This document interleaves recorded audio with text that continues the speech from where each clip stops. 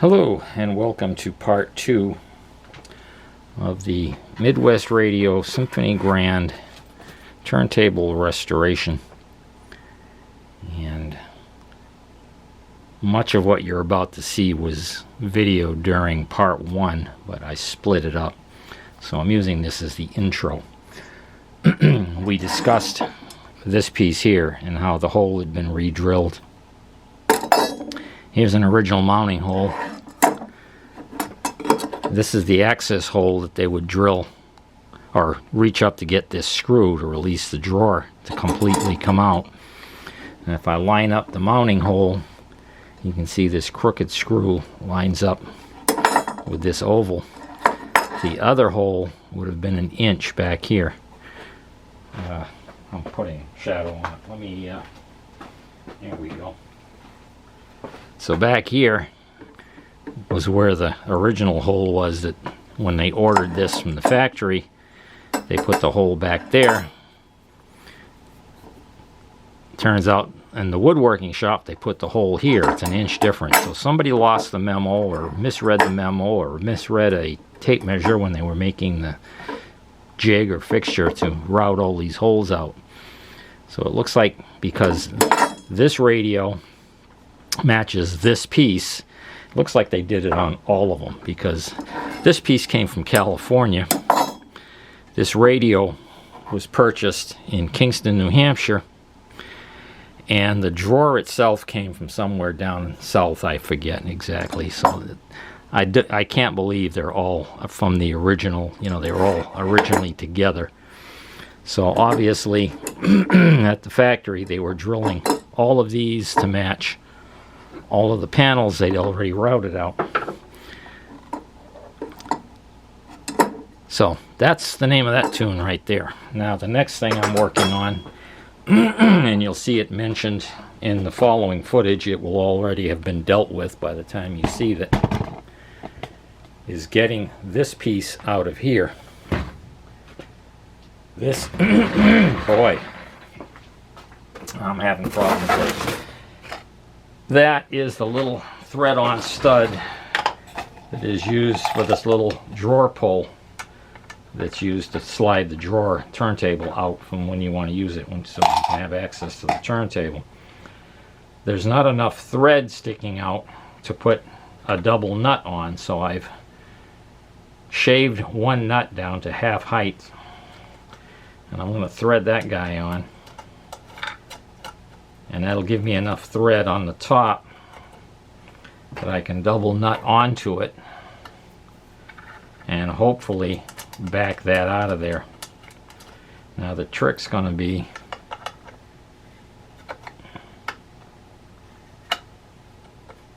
I'm going to have to try to get another turn. I'm going to have to try to hold that bottom one. I may have to shave a wrench down to do this. Or I may just go ahead and, oh, that's getting on there good and tight now. I can always replace this if I have to, I guess. And is it going to back out? It appears it's coming out. Okay, I think I've won. This should be like a wood screw on the other end, I believe. And yes, it is. So there you have it. We have it out. And I'll be able to thread that back in after the veneer, the new veneer goes on and everything's been stained and finished. I'll be able to reinstall this little stud so I can put the drawer pull back on. So that's one more piece finished. And I'm not worried about the dent in there because I'm going to be putting new veneer over the top of this anyway. But I have rescued the little stud. Now I just got to go ahead and finish scraping off. I think I'm going to try steaming this, because this area right here, unlike the rest of this, the remainder of this was simple. It just peeled off, but I got to here and it is extremely stubborn. So I'm going to try steaming it a couple of cycles and see if it'll loosen up and come off. But I'll do that off camera. I'll use my syringe trick. You've seen that on many videos where I take a syringe and adhesive and I'll inject adhesive into all of these broken pieces, clamp this, probably wood putty here, or I can cut a piece, I guess, to fit. That's a good size hole. This is all covered by the turntable. What I'm really interested in is making the structure solid again, so that the turntable is solidly attached. The missing piece on top doesn't do much for me, but I'll find something. I'll glue a piece of wood in there just to give it some support. These spring pockets probably aren't an issue. They're going to be again completely covered by the turntable. Okay, I'm going to get on with that portion of it. Now that I have the turntable pulled off of here, this is in worse shape than I thought. I initially, from the bottom, had only spotted this broken area over here, but I'm finding it's all broken and delaminated in here. You can see the piece moving in and out. I can still glue that together. Now I'm torn between doing it. This looks like it was a piece of plywood that, what do they call it, finished one side, and that they just sanded it and stained it. I don't think this was veneered separately. May have been. I don't know. I'm not enough of a woodworker to know. I'm torn. Do I try to knock that off of here and just recreate it? Now I don't have... I've got a router, but I don't have the mad woodworking skills that David Tipton does. And my fear is that I'll destroy this thing in trying to take it apart. It's interesting, there's 3 glue blocks. There's a glue block here, glue block over here, one down here, but there's no glue block here and no witness marks that say it was ever there. I think because they had to route this out or machine this area out. Part of the mechanism actually fits in here when the turntable's on there. So I don't think that ever had a glue block in it. At least there's no marks, there's no remnants of glue, there's nothing there, so I'm pretty sure that never had one. For now, I'm going to leave this in place just for integrity, you know, give it some strength. Although it appears that all of the joints are solid at this point. Nothing's coming loose. And in fact, all of the joints holding this on are just as strong as can be. None of this glue has given up. Another reason why I'm very hesitant to try and rip that apart. This is 1/2 inch. I could probably get a piece of 1/2 inch plywood and burn one out on the laser. The laser will do this. I've got the 40-watt laser head now. These pockets I could do with one of those flat end wood boring bits. This was probably, you know, this would have been done in the machine shop, but I don't know. I think I'm getting in over my head. I think I'm going to try my old standby, take my syringe and inject glue in between the layers, push everything back into place and clamp it firmly. I managed to glue it back together. You saw the mess if you watched my previous videos. You'll have seen what those triad radios up there looked like when they came in. They were pretty nasty, and they're as solid as can be now. I was very successful in carefully gluing those cabinets back together, saving the original wood except for the veneer. I think the veneer will come off reasonably easy. It looks like most of it will just come off of here. I shouldn't have a big problem with that. I do have some veneer. Let's see. I think this piece is more than big enough to do it. Actually, this one probably is. No, that's too small. I think I've got a big enough piece here. Oh yeah, that'll take care of it with ease. In fact, it might go the other way. Sure, I could do 2 of them with this. So that's what I think I'm going to go with, is put a fresh piece of veneer on there. I'll use my favorite iron-on glue like I did on the other cabinets. It worked out very well for me. So I think I'm going to get busy and strip off all of this veneer, and then I'll take care of all the delaminated areas, glue them all back together, clamp them, and get them good and solid again. This has done some serious shrinking over the years. It's in fairly rough shape here on the back, but this is the back. Once I've got this glued and clamped back down, I'll do it in stages. And just put a fresh veneer on top. I think it'll look just fine when I'm done. So that's what I'm going to go with. I'm going to go err on the side of caution. And if it doesn't come out all right, then I can still, you know, rip the thing off. But these glue joints along this edge are so solid. Nothing is breaking loose there. It's just delaminating. The plywood itself is coming apart. So I think that's probably what I should do. I'm just going to peel off the rest of this veneer. I don't even think I'm going to need any tools to do it. Then I'll glue everything back together and we'll re-veneer the top surface. Now I think this thing is a wood screw on the other end. I think it's got like a wood screw thread on the far end and a machine screw on this end of it. This is for the little drawer pull that you use to pull this out when you want to play records. There's not quite enough there to double nut it and get it out.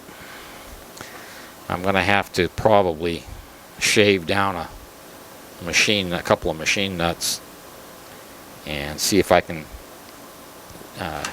jam them together, put them on there and jam them together and back that out. Could always work around it, I suppose. But let's get the veneer off and get that over with. I won't bore you with that whole process. Okay, once again, the senile old duffer has forgotten to press the microphone on button. He was using his headset.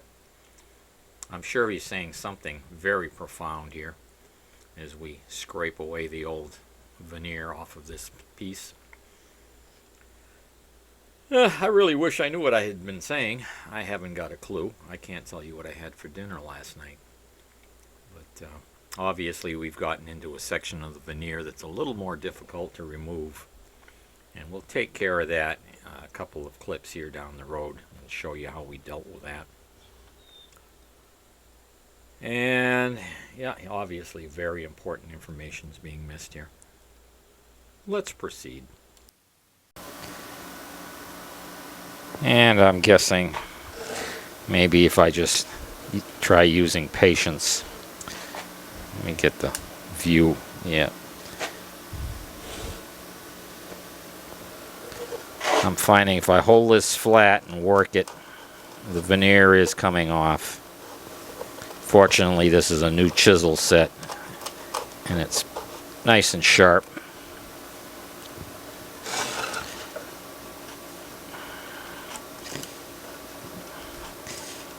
I guess I'm going to be able to work most of this off. Actually, this is underneath the turntable, so this area is not of great concern. But we want to try to make it as good as we can. And actually, only about 3/4 of an inch of this can be seen when the turntable's on it as well. Oops, that nail. Has that nail worked its way out? No, it's just a blister in the veneer. The more I look at this, the nails are flush with the plywood here, or what's the word I'm looking for? They've been recessed into the wood I saw these bubbles all the way around where the filler had blistered, and it looked like nail heads. And that's what had convinced me that this top piece of plywood was, you know, the veneer was part of it. But now that I look at it, now that I'm getting the veneer off and I see these have been set in, it's obvious that they used a wood filler on here, and that's swollen up. That's why it looks like the nail heads are coming up. So this has actually been veneered at the factory. What was interesting, there's an area back here. Now I've been scraping it off, but there was no veneer. It was stained. It looks like at the factory they sanded right through the veneer down to the wood underneath and just stained everything. And again, this is the back inside into the turntable, so they probably didn't care. But it's coming off. This part of it's not as easy as the rest of it was.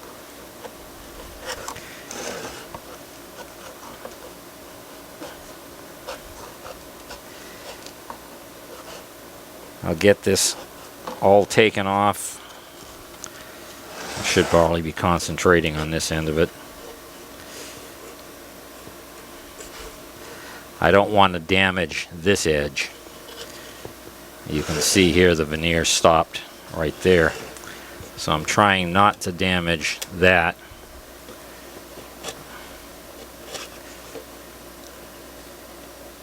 But, again, woodworking frustrates me. I'll spend all day troubleshooting an electronics problem and enjoy it, but woodworking just makes me crazy. I envy those who do it, who are good at it and enjoy it. They're real artisans, you know, there's guys that can just work magic with wood. I haven't got an artistic bone in my body.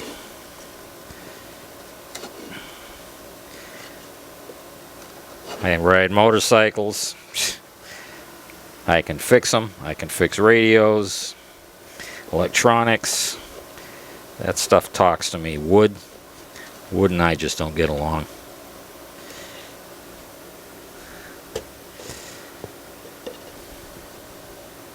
Boy, this stuff is really on here. And I'm afraid to try soaking it and end up ruining the finish or ruining the veneer on the front as well. Of course, I could redo that again, I suppose.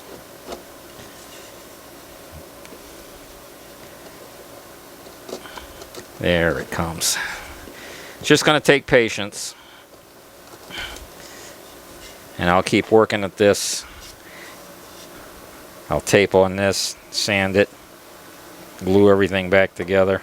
I won't bore you with the whole process. I'm going to be here for an hour just getting this piece off.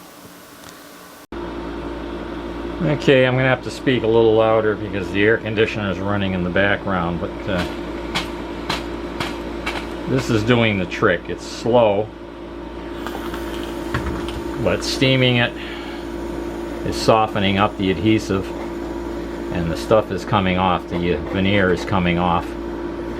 I had guessed that they were using a horsehide glue on here. That was the common adhesive back then, and or horse hoof glue, or however it's made. I think I just kicked the camera. And make sure I'm in frame here. It's loosening up the adhesive at any rate and allowing me to get underneath it and peel it off. So I'm going to continue with this process of just putting a paper towel on here, steaming it up real well, letting it sit for a minute. And you guys at home, don't take your wife's good steam iron and do this. She'll hang you by the nads. But, oh, am I running out of water? I could be running out of water here. I'll have to take a look. I use distilled water in this thing so that it doesn't get all choked up with crap. No, it shows it's still half full. And now that it's warmed up, you can see the veneer is lifting, and I'm able to get underneath it with the wood chisel and get it off the surface of the plywood. So I'm going to continue this process until all of this is cleaned up, glue things back together, and do some sanding, and we'll bring you back for that. Actually, I'll probably run the video that I've already shot, and then we'll come back to this. How's that? Okay, we've moved over to another table here. This is the one where I have the 3D printer. And I used to use the bench that's over here, but that's now the home for the laser, and it's a computer and keyboard, and so that bench space is gone. This has the 3D printer and my little jigsaw over here, scroll saw, whatever you want to call it. I had a viewer leave a comment asking me, he's seen my test benches and he wanted to know the ideal layout and, you know, how big a bench he should get to get started, and I had to give him the very sad news. The reality is there's no such thing as enough bench space ever. You start out with a bench, you put test equipment on it, you need more room, so you get a bigger bench and you buy more test equipment. I need a bigger house is what I need at this point. I'd move all this out to the upstairs of the barn over next to the house. It's got a footprint bigger than the house, and it's all open upstairs. I'm using it for storage, but there's no heat, no air conditioning, and it gets bloody cold here in the winter. And putting heat and air conditioning up there is not in the budget at this point.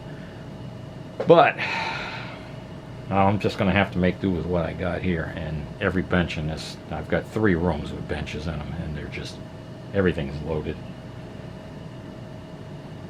Alright, I started using a nail set here. This is probably 80 years old or more. I can remember when I had to stand on a box to see up on the top of a bench like this, that my father was using this to set nails. It's basically a punch with a concave section in the front of it that grips the top of a finish nail, and you give it a whack and it sets the head down below the surface.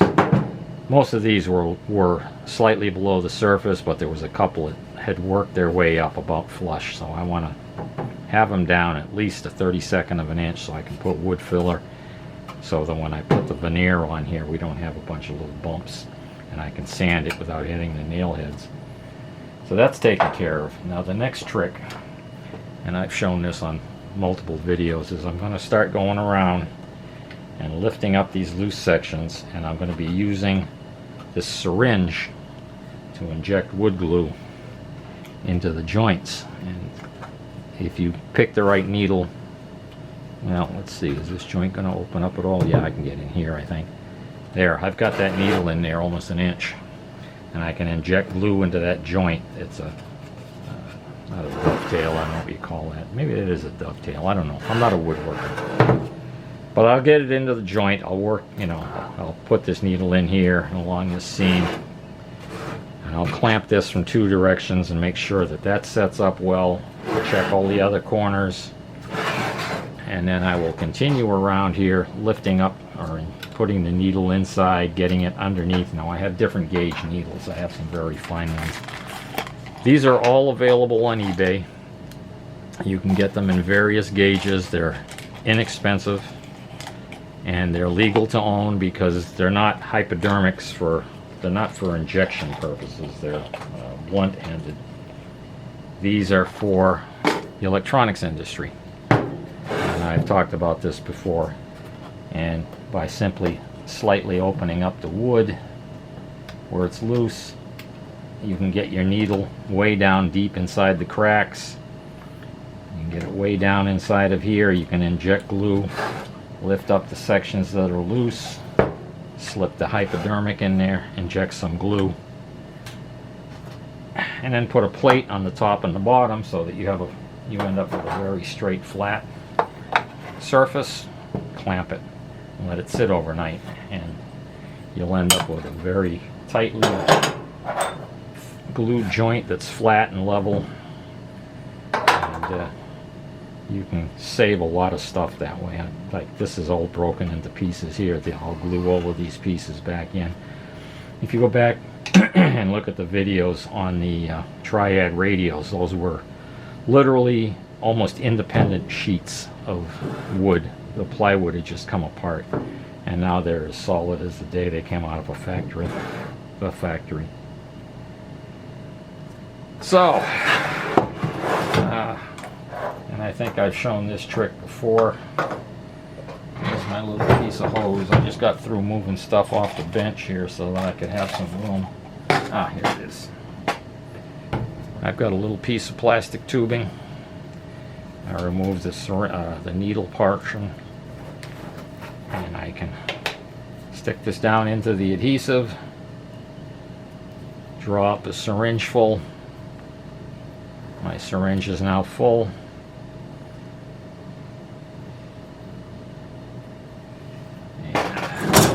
Clean the rest of that off. I'll pull the adhesive out of it, make sure it's all in there. Yep. I always keep a little cup handy to throw stuff into so it doesn't get on the bench. Put my syringe back together.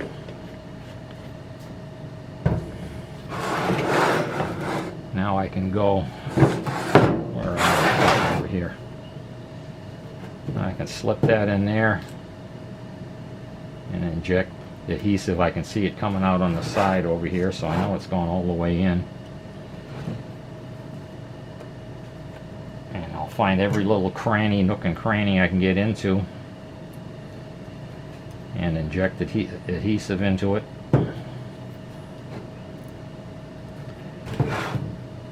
Until it oozes out somewhere. I could probably get right in here, I'll bet. Yes, I can. That's full of adhesive.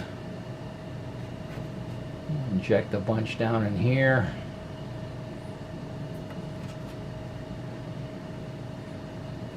Get in behind the glue block.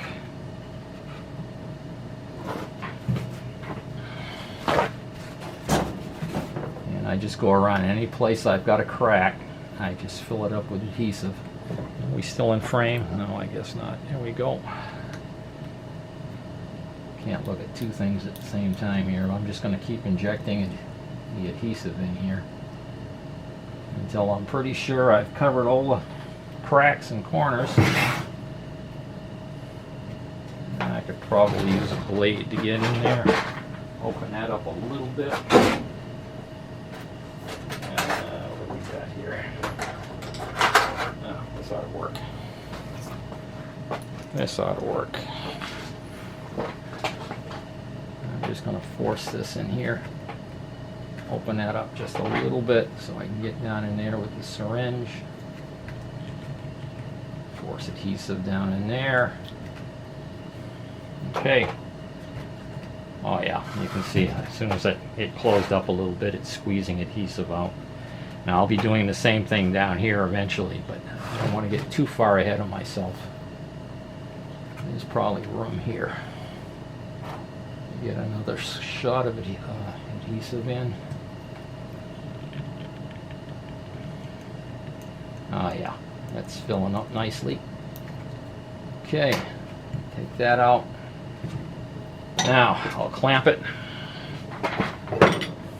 This is just going to be a long, slow process.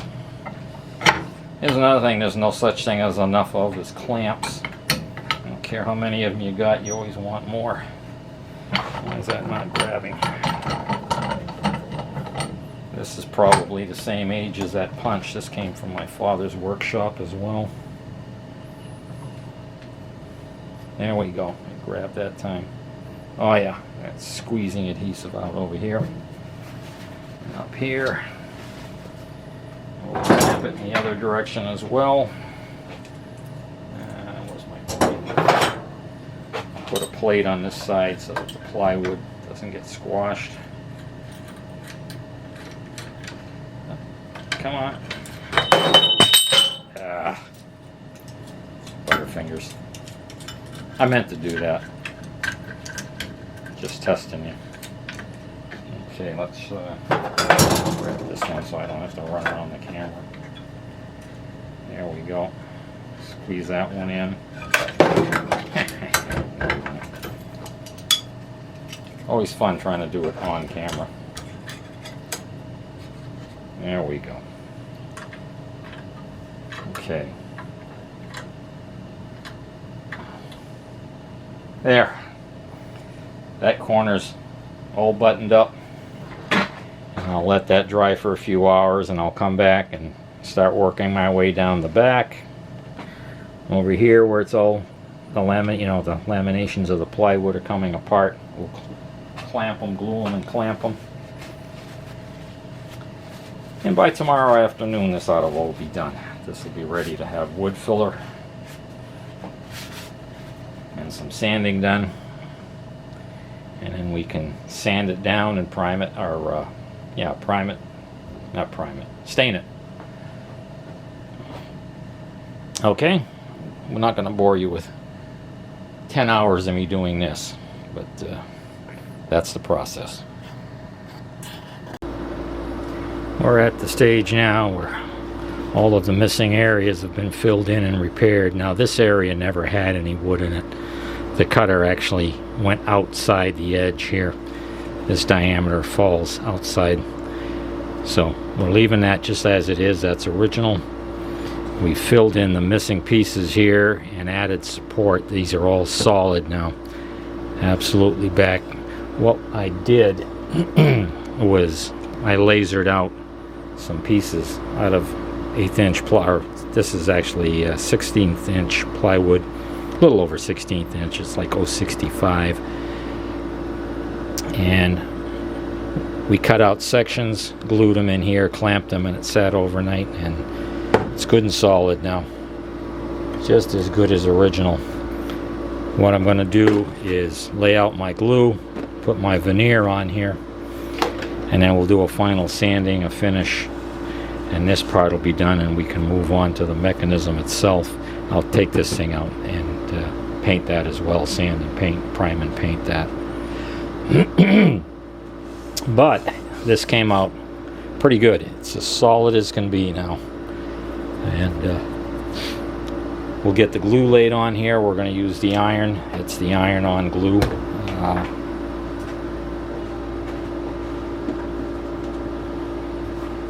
This is it here, heat lock, iron-on veneer adhesive. You spread it and let it dry till, it's just about completely dry. Do that on both pieces. You do this and on the back of the veneer as well. And after that's done, you lay your part in, position it where you need it to be, and you just take a regular iron and you iron the veneer, and the heat transfers through and reactivates the glue and bonds the two parts together. This stuff is absolutely wonderful. So we'll get on with that. Alright, we're ready to put the adhesive on. Now I use a little foam roller that I bought specifically for the purpose so I can roll the adhesive on and spread it evenly. I should tape that. I had that taped earlier. And I'll do the same to this piece here. Now this is water soluble before it sets up, so after you've rolled out your adhesive on both pieces, while you're waiting for it to get set up and ready to iron on, you can rinse this off under warm water, and this has already done several jobs. So let me get this taped up. And for the sharp-eyed who may have noticed the light color here now, I took the slugs from where I made the rings and I dropped them in here to keep the adhesive out of the spring pockets. These are the pockets for the springs that have to be cleared out afterwards. But I'm just going to put a bead of this around here to start.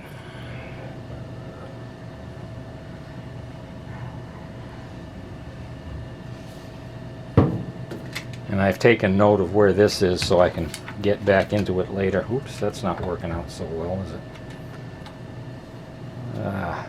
There. The adhesive is off.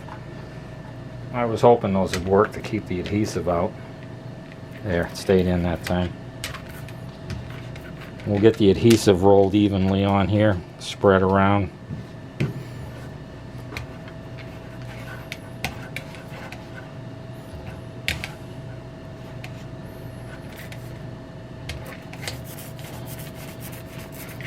And then we'll do the same to the veneer. A little too much adhesive here, but that's alright. It'll clean up. This has all got to be sanded and stained anyway. So I'm not too concerned about a little extra adhesive there. I just wanted to protect this front edge because I don't want to do a lot of sanding on that edge. Well, there we go. I bent the wire frame on this a little bit, and perhaps it's time to buy a new one. I'm doing this right on top of the veneer, so anything that drips off the edge will go onto the veneer and won't get wasted. Make sure we have a nice even coat. And as it starts to get a little bit tacky, it starts to have like a pebbled surface, which is good. That means the adhesive is kind of standing up a little bit, and a pebbled surface type of effect, and that will that'll give us a little extra adhesive to flow out underneath as it warms up. I've come to really like this adhesive. Clean that off, put that on there. Just a touch more here, and then we'll set this aside and do the other piece, and then go clean our roller up. Come on, turn. Maybe it's time for a new one. This one may have seen better days. Okay, that's a pretty good coat. We'll set that aside, and we'll get adhesive laid out on this. Yeah, it's time to replace this roller, I think. It's not behaving. May just be I didn't clean adhesive off the inside of it well enough last time. It's working pretty good now.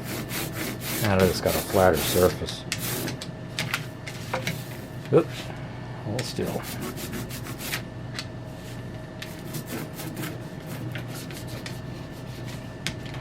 Yeah, it's sticking again. There it goes. Yeah, it's definitely time for a new roller. Damn it. Come on.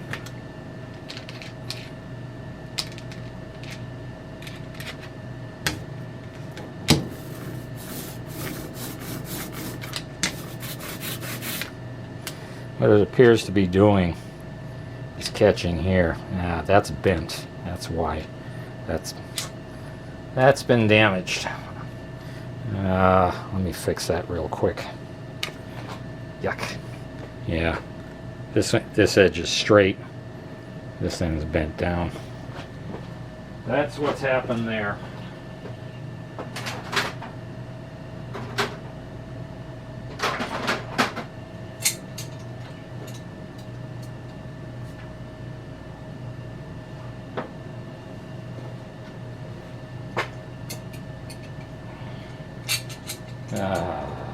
Come on, come on. There, I think that'll do it. I hope that'll do it.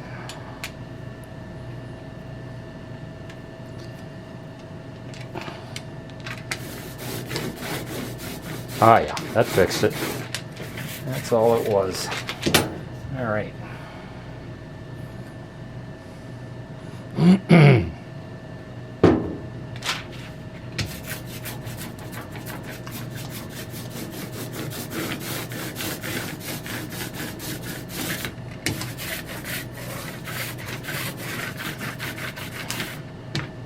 Yeah, getting tacky.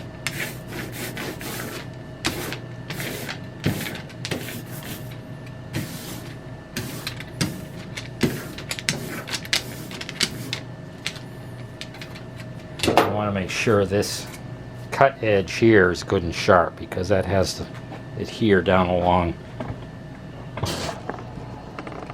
this front edge here is where this cut edge on the veneer has to go. I want to make sure I've got plenty of adhesive there, make sure that stays down well. A little extra there. Okay. I'm going to go upstairs, clean the roller, and I'll be back. Okay, a few minutes has passed, and I think I'm ready to give this a go. Another thing I'm not used to is the field of view with this new camera. Sorry about the last short clip there not being in frame. I'm used to the old camera, which had a much wider field of view with minimum zoom. And, get that laid in there.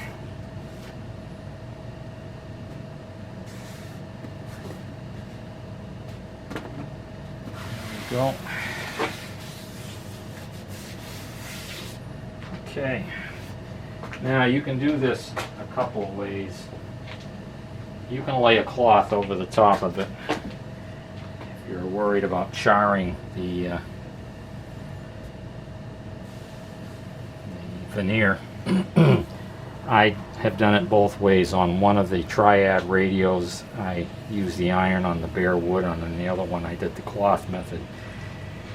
And I did darken, whoops, I don't want steam.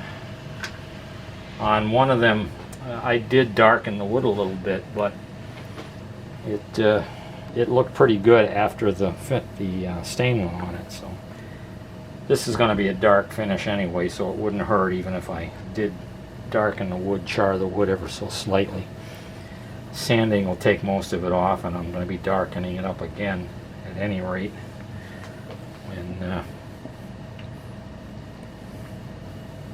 when I put the stain on it.